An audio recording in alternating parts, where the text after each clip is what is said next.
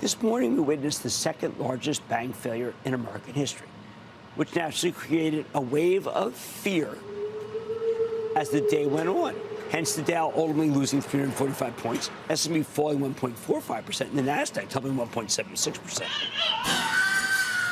The fear actually makes sense. I listened to some of the smartest people all day, and I concluded that nobody, not even the Fed, knows what happens when the most important bank in Silicon Valley gets seized by the FDIC, as was what happened today. Yeah, we left here with no real idea. Will there be contagion? Could this be an outlier? We just don't know. At first blush, there was some strength to the market, with the weakness contained to the banks and techs, as in which bank's the next to fall and which tech stock's going to get hurt because it has money there, which startups will be crushed. I mean, hey, look, we just found out this evening that Roku had 26% of its considerable $1.9 billion cash hoard with this company. And we know there's never just one cockroach in a bank's kitchen. Who knows? Maybe there are companies that trade now or were going to come public that are just plain done. Stick a fork in them. So by the end of the day, we got a nasty sell-off in anything that needs a strong economy. Banks, tech, cyclicals, because who knows where all that money is, and maybe a recession could be caused by this bank. Yeah, their failure. What other companies kept their money in the bank? It's all unknown. But why do we do this? Why do we do something that's not rash, but rational? Let's step back for one moment. There's one key way in which this bank failure could actually be good news for all of your stocks. And I didn't hear many people offer this view today. Sure, any institution remotely connected to SVB, depositors, borrowers, venture capitalists, is going to be hurt and hurt big time. There's going to be some major losses. But you know what? Even with those losses, I do not see this as a systemic problem. I actually see it as a cool hand Luke problem, as in what we got here is a failure to communicate. SVB downplayed that it was getting killed on its bond portfolio each time the Fed raised interest rates. The bank didn't signal that it had too many bad loans. They were backed up in stock, in startups that haven't been able to come public because there's no appetite for IPOs when the Fed's tightened aggressively. It should have been raising money like crazy for months, like some of the other banks out there. Instead, it seemed frozen deer in the headlights, seemingly just pretending that things were okay.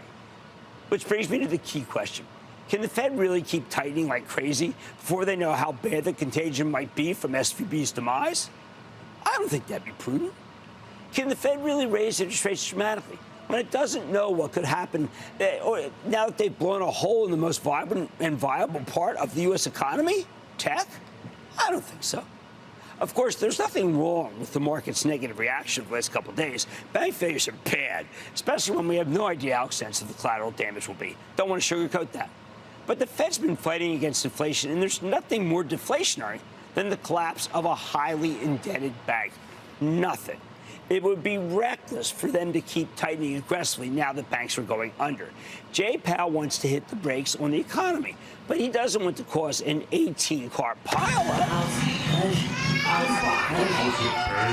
And look, even though the market was right to sell off, it was wrong for everything to get hit. The defensive recession-proof stocks should have been bought in today's weakness, not sold, if you really think a recession's upon us. The cyclical smokestack stocks might not needed to have been sacrificed in the order of price stability. What's bad today actually may be good once everything is sorted out, although it won't be sorted out this weekend. I do want you to stay the course. We bought very small for the Travel Trust today. We're probably going to be buying big on Monday. When we come in, though, I think we'll learn that the fallout from SVB can derail a huge chunk of the growth economy. Those guys were in businesses with so many venture capitalists and big tech firms, but it will also stay the Fed's hand, which helps so many other stocks. At the very least, I doubt we'll get more than one more 25 basis point rate hike. Well, if we knew that going into today, we'd be so happy. Because the Fed doesn't want banks failing due to their own failure to communicate. I think SVB is pretty similar to what happened to Penn Square roughly 40 years ago. This was a reckless bank that made a ton of loans against then the red-hot commodity of oil. And then oil collapsed, and it took Penn Square with it. That bank failure had huge repercussions for the entire financial system as it took down another storied bank, Continental Illinois. That was a monumental failure. This time, I don't think the Fed wants to allow something like that to happen. And the easiest way to prevent it is by slowing the pace of the rate hikes. I think Powell, a banker of my vintage, remembers Penn Square, as oil then was like tech now. He doesn't want to repeat that error. It was terrible. And let's not forget, this morning we got a weaker non-farm payroll report, especially in the wage line. That number alone might have kept the Fed from giving us a double rate hike at this month's meeting. So to make it clear, the collapse of SVB has huge ramifications beyond the tech world. But I actually think the biggest impact is it'll be the thing that keeps the Fed from wrecking the entire economy, because the most overheated part of this economy has already been frozen. It's short-term bad, but longer-term, I will tell you, very, very good, unless you live and work in the blast zone or you bank at Silicon Valley Bank. With that in mind, let's go over our game plan for next week. Even though I've made this whole argument about how the SVB failure will make the Fed back off, maybe something that I'm not thinking enough about, the CPI could hurt us. But if we get a weak number, a weak reading, if the CPI's numbers at all cool, you'll hear people wondering if the Fed will even raise rates at all when the Open Market Committee meets on March 21st. So that's the most important macro number of the week.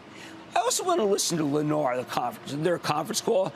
Now, by the way, these are some of the most thoughtful people in all of the industry, of all industry, not just home builders. And they'll let us know if there's any break whatsoever in housing prices. See, the Fed's been really frustrated by the seeming inability of home prices to come down. And it got more bad news today when bond yields went down in reaction to the SVB collapse. Of course, that means mortgage rates are going to fall. So Lennar might be actually bullish for the housing business, but not so good for the Fed. Score one for the macro bears, even as the micro bulls will keep making money in the stock. Wednesday's important action comes from Adobe. This is a company that's trying to make a deal that could keep its creative cloud offering competitive with an outfit called Canva. The regulators have been fighting the merger, though. At the same time, Adobe could soon be challenged by artificial intelligence, notably that ChatGPT we all talk about, which has the potential to be real bad for copywriters who are core users of Adobe's product. I'm less sanguine about the stock than I used to be. But we also hear from a company I still like very much, and that's called Five Below. This is fun, inexpensive retail. The kids love it, in part because of the low price points. By the way, it tends to trade with Ulta, which had a terrific quarter yesterday. That's another super growth retailer. More on them later. Hey, speaking of super growth, Dollar General reports on Thursday. And now this is a favorite of Wall Street, which seems to be transfixed on the trade down. That means that you're definitely trading down if you go to Dollar General. A strong number shows a cash-strapped consumer, which means another arrow in the 25 basis point rate hike quiver. After the close, we hear from FedEx. Now, until today, the stock was just unstoppable, but now it got stopped in its tracks, as some investors pulled out of the cyclicals, betting that Jay Powell would keep tightening no matter what. I find that unbelievable now that Silicon Valley Bank's going under. It can't tighten and not tighten at the same day. Finally, on Friday, we get a slew of manufacturing data that might not reflect the post-Silicon Valley Bank world, which is a very different world from the pre-Silicon Valley Bank world. So if these numbers are hot, they may not matter after what happened today. On the other hand, maybe Jay Powell will say, man, this economy is still red hot despite the SVB going under situation. Bottom line, the collapse of Silicon Valley Bank, it's just one more double-edged sword in a market that's just full of them.